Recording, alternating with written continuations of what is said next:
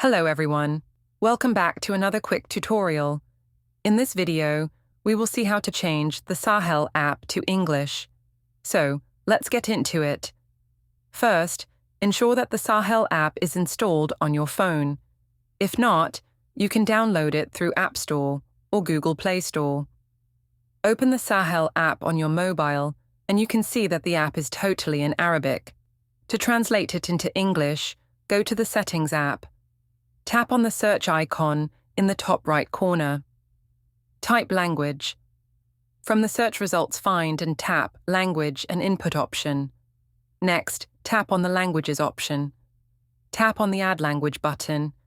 Search for the English option, and in Suggestions, tap on Australia. Once it's done, drag English Australia on the first number to set it as default. Next, go back to the home page and open the Sahel app, and you can see it's now translated into English. And there you have it. If you found this video helpful, don't forget to like and subscribe to our channel for more tutorials. Thanks for watching.